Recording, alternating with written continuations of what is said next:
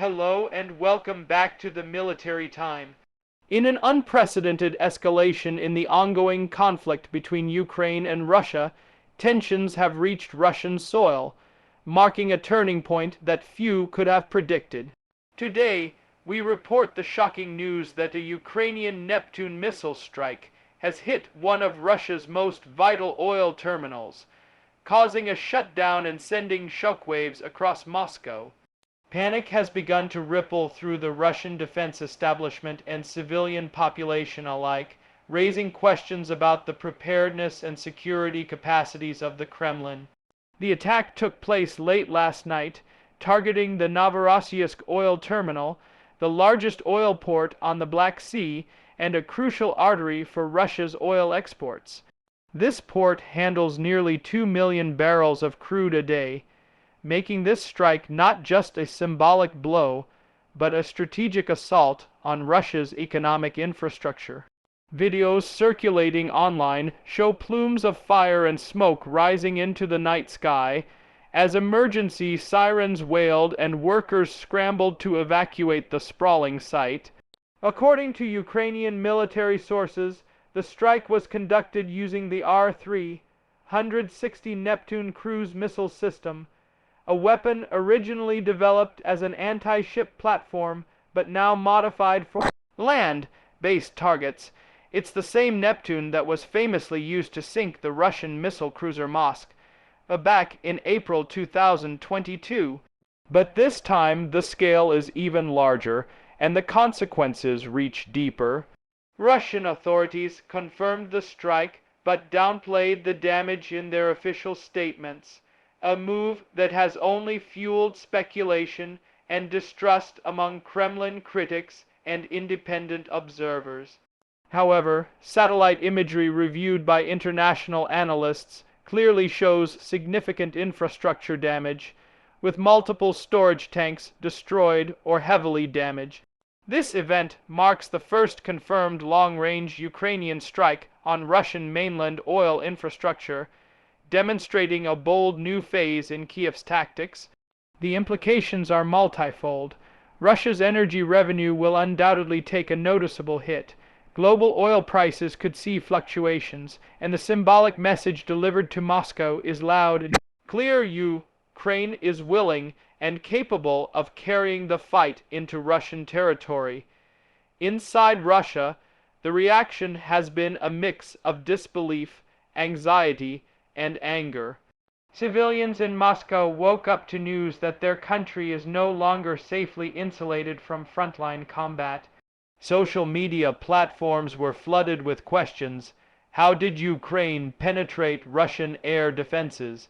What does this mean for the coming weeks and months of the war? And importantly, is the Kremlin being completely transparent about the scale of damage and the risks of escalation? On the military front, the strike has reportedly prompted emergency meetings of Russia's National Security Council. Sources suggest that President Vladimir Putin has instructed his generals to review all defensive measures along the Black Sea, especially around the energy supply chain.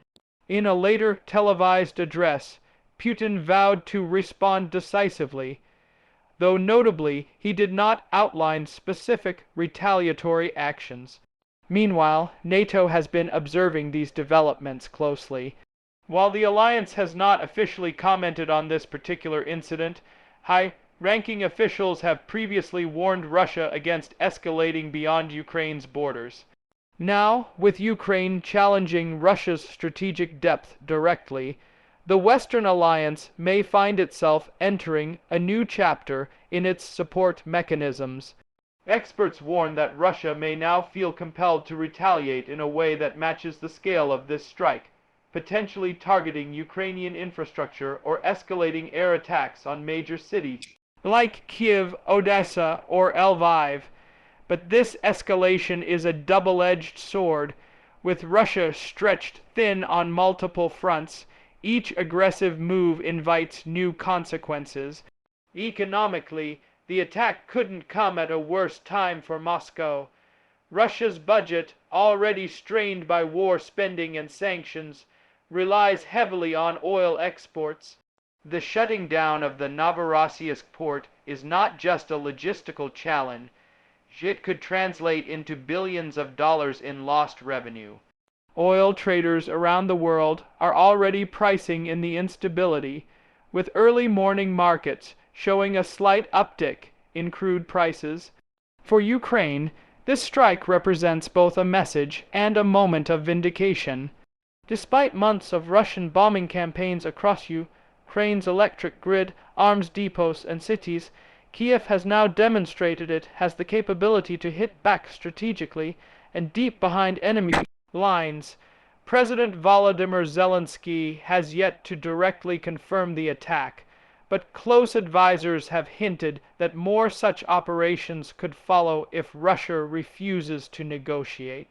International reactions are pouring in.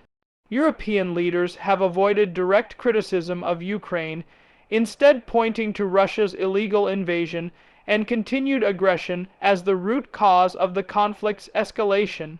China and India have urged calm, calling for a de-escalation of hostilities and dialogue. Meanwhile, Russia's allies, including Belarus and Iran, have condemned the attack as reckless and provocative. The Pentagon is reportedly studying the strike closely, especially the use of Neptune missiles in this context. The adaptation of a coastal defense missile into a land attack weapon demonstrates the ingenuity and flexibility of Ukraine's military planners, something Western defense analysts find both impressive and crucial to understand. Let's take a moment to assess just how serious this moment is. For the first time, the war is now fully inside Russian territory, in a meaningful, economically damaging, and psychologically impactful way. Moscow is not just a distant battle theater, it is a potential target, and the realization of vulnerability is perhaps the biggest blow of all to the Russian state, which for decades has projected an aura of impenetrable security. We'll continue to monitor this developing situation as more details emerge about the scope of damage, potential casualties, and likely Russian responses.